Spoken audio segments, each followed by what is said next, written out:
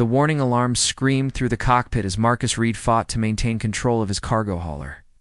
Sparks flew from the navigation console, while the ship bucked and rolled like an angry bronco. Through the viewport, the emerald surface of an unknown planet rushed up to meet him with alarming speed.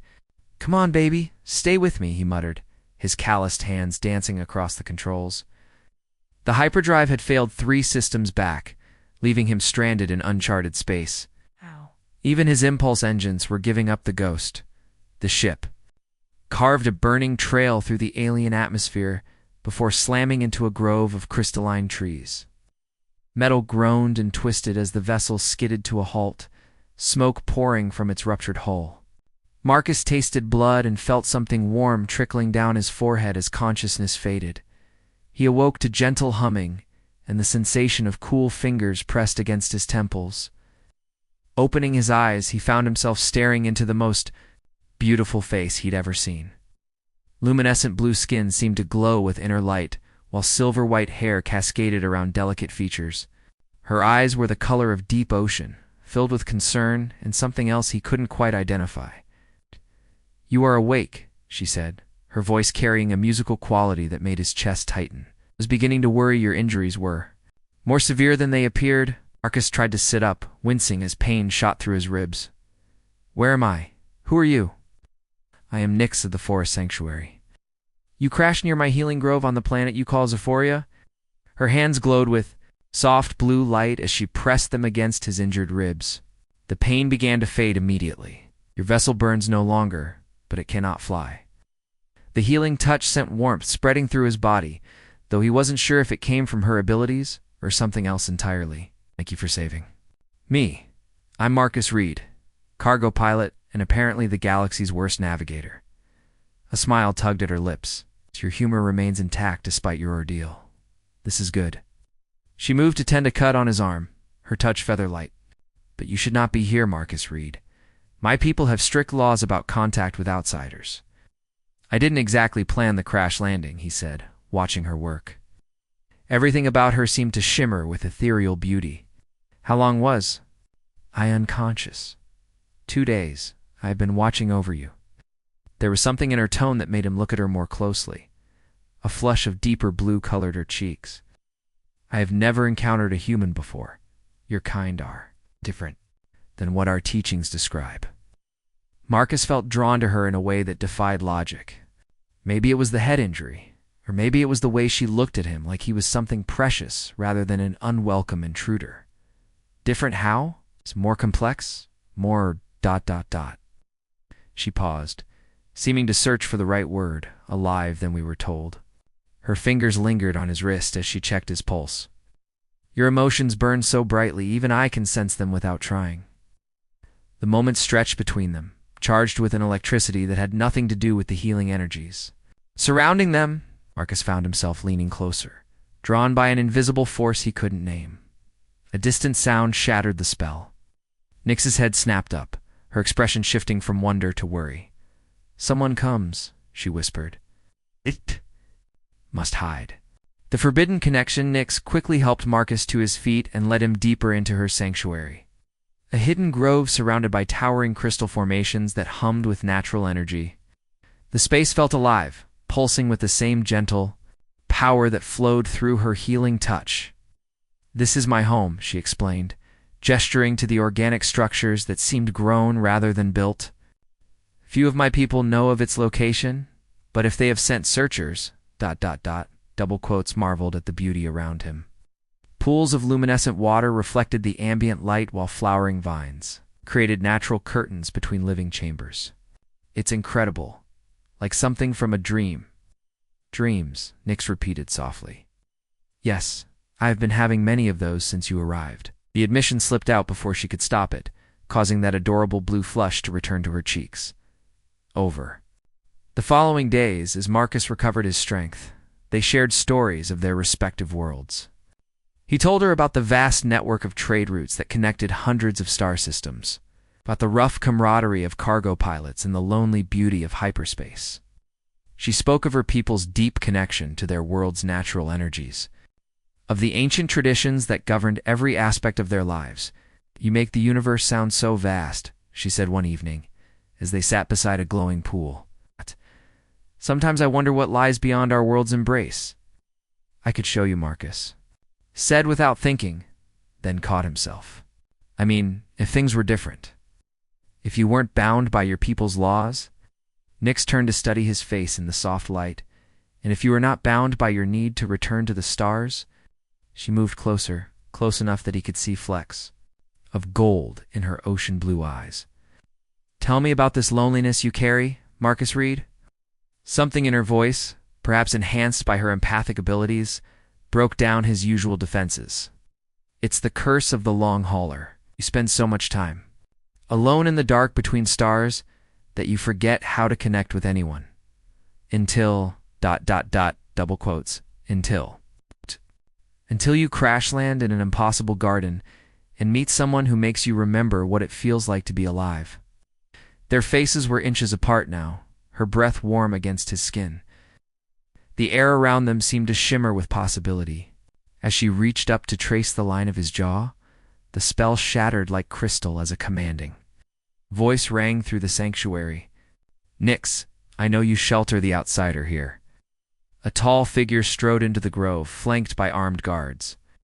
Prince Corvin of the royal house possessed the same luminescent beauty as Nyx, but where she radiated warmth, he emanated cold authority.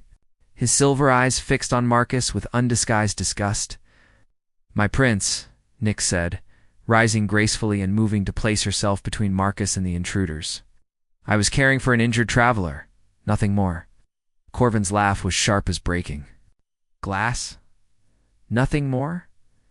Do you think me blind, promised one? I can sense the emotional resonance between you from here. He gestured dismissively at Marcus. The human has contaminated you with his crude feelings. Marcus stepped forward, his protective instincts flaring. Now wait just a minute. Silence. Corvin's hand moved to the energy weapon at his side. You have violated our territorial boundaries and corrupted one of our most gifted healers. The penalty for both crimes is death. Nyx's eyes blazed with sudden fury. You will not harm him, Corvin. I forbid it. You forbid? The prince's expression grew dangerous. You seem to forget your place, healer. By law and by betrothal contract, you belong to me, as does your sanctuary.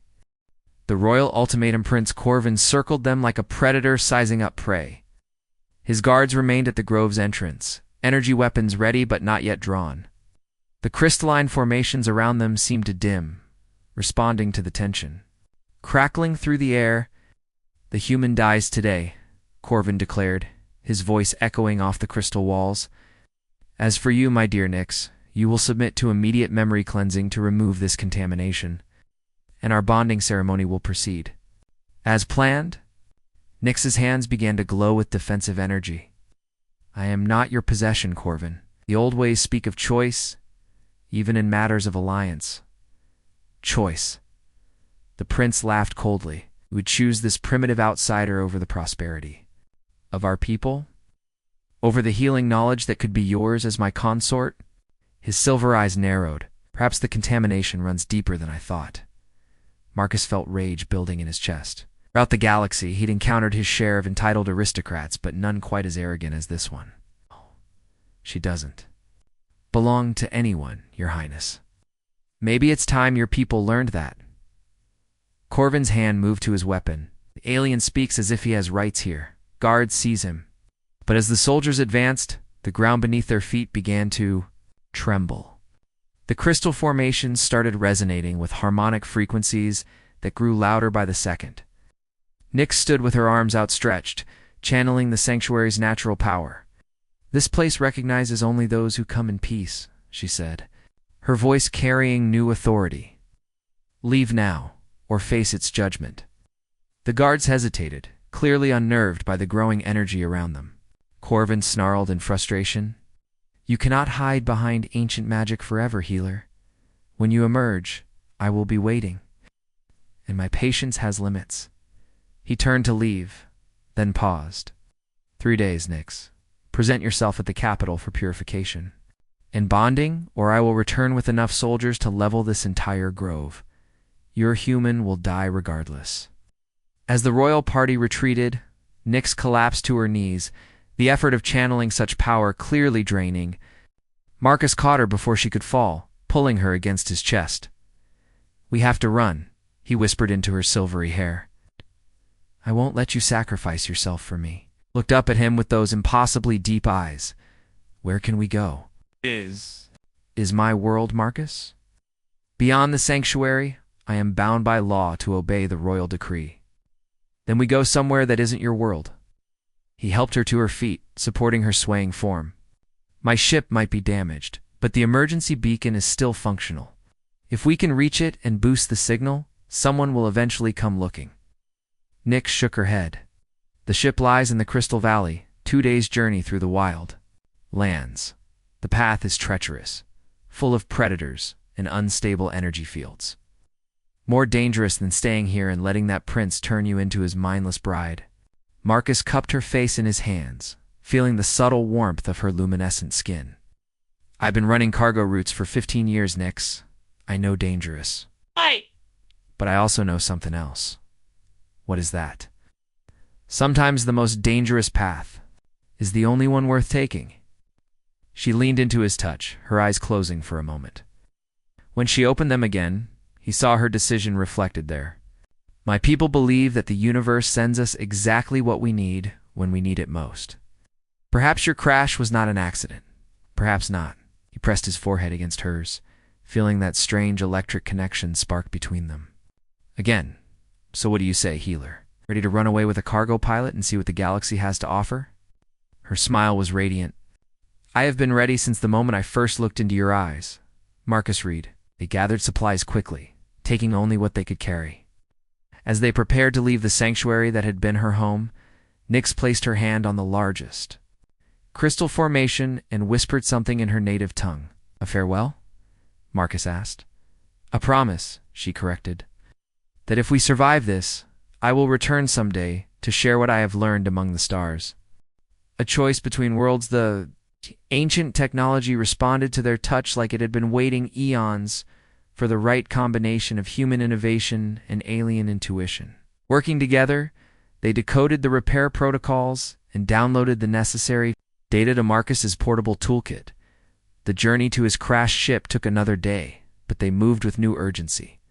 Behind them, smoke columns marked the positions of Corvin's search parties, drawing steadily closer. The prince clearly had no intention of honoring his 3-day deadline. Marcus's cargo hauler lay broken in a field of crystal shards. But the damage proved less severe than he'd feared. Using the alien technology, they worked for hours to integrate new systems with the existing ones, creating a hybrid vessel that hummed with possibilities. "It's incredible," Marcus said, watching power flow through conduits that now glowed with the same energy that illuminated Nyx's skin. "This ship could reach places I never dreamed of exploring." Nyx stood silently at the viewport, watching the sunrise paint the Crystal Valley in shades of gold and blue. Her homeworld had never looked more beautiful, and she had never felt more torn.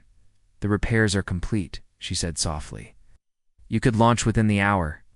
Marcus stopped his preparations and really looked at her. Throughout their escape, he'd been so focused on keeping them both alive that he hadn't considered what would happen once they reached this moment. Now, faced with the reality of departure, he understood the impossible choice they both faced. "Come with me," he said simply. "There are 1,000 worlds out there, Nyx, places where no one cares about royal decrees or ancient laws. We could explore them together, and you could stay," she replied just as simply. "Help me reform my people's understanding of the galaxy. Bring them the knowledge that could transform our world." They stared at each other across the cockpit, both knowing that either choice meant sacrificing everything they'd known before. Marcus would be giving up his life among the stars, while Nyx would be abandoning her people and her world forever. The sound of approaching aircraft ended their deadlock. Through the viewport, they could see royal interceptors descending toward the valley, weapons charging for attack runs. "Looks like we're out of time for philosophical debates," Marcus said, his hands flying over the controls. "Strap in, princess. Let's see what this hybrid engine can do." The ship lifted off just as the first energy bolts seared the air around them. But instead of fleeing toward orbit, Marcus set course for the planet's capital city. Nix looked at him in shock. "What are you doing? They'll shoot us down." Marcus grinned with the confidence of a man who'd just realized he could have everything he wanted. "Trust me. I've got an idea that's either brilliant or completely insane." He activated the ship's communication system, broadcasting on all frequencies. "This is Marcus Reed, requesting immediate audience with the Planetary Council. I have information about the old ones that could revolutionize your understanding of your own world." The response came from Prince Corvin himself, his voice tight. "With rage, surrender now, human, and I might allow your death to be quick. Actually, Your Highness, I'd like to make you a counteroffer." Marcus guided the ship through the capital's defensive perimeter, the alien technology making them impossible to target effectively. "What if I told you that your world is sitting on the greatest archaeological discovery in galactic history, so that these ruins contain technology that could make your people the most sought-after allies in the galaxy?" There was silence on the channel. Marcus continued. "The old ones weren't just your planet's first inhabitants. They were interdimensional travelers who used this world as a hub for exploring parallel realities. The knowledge in those ruins could unlock secrets that would make your royal treasury look like pocket change." When Corvin's voice returned, the rage had been replaced by calculating interest. "What do you propose, human? A partnership? Your people provide the archaeological expertise and planetary protection. I provide the galactic contacts and off-world marketing. Nix serves as cultural liaison, helping both sides understand each other." Marcus reached for Nix's hand. "Think of it as the ultimate trade agreement." The silence stretched longer this time.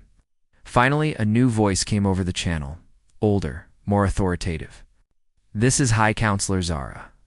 Human pilot, you will land at the designated coordinates for immediate conference. All weapons will remain inactive pending negotiations." As they descended toward the capital's landing platform, Nix squeezed Marcus's hand. "Do you think it will work?" "I think," Marcus said, bringing her hand to his lips, "that sometimes the universe has a sense of humor. I came here looking for spare parts and found something worth more than all the cargo in the galaxy." She leaned over to kiss him as the ship touched down. "And I thought I was saving a crashed pilot, but instead, I found my future among the stars." Outside the viewport, they could see crowds gathering, drawn by news of the mysterious human and his revolutionary proposal. Prince Corvin waited with obvious reluctance while the High Counselor approached with curious anticipation. "Ready to change the galaxy?" Marcus asked. "With you," Nix replied. "I'm ready for anything."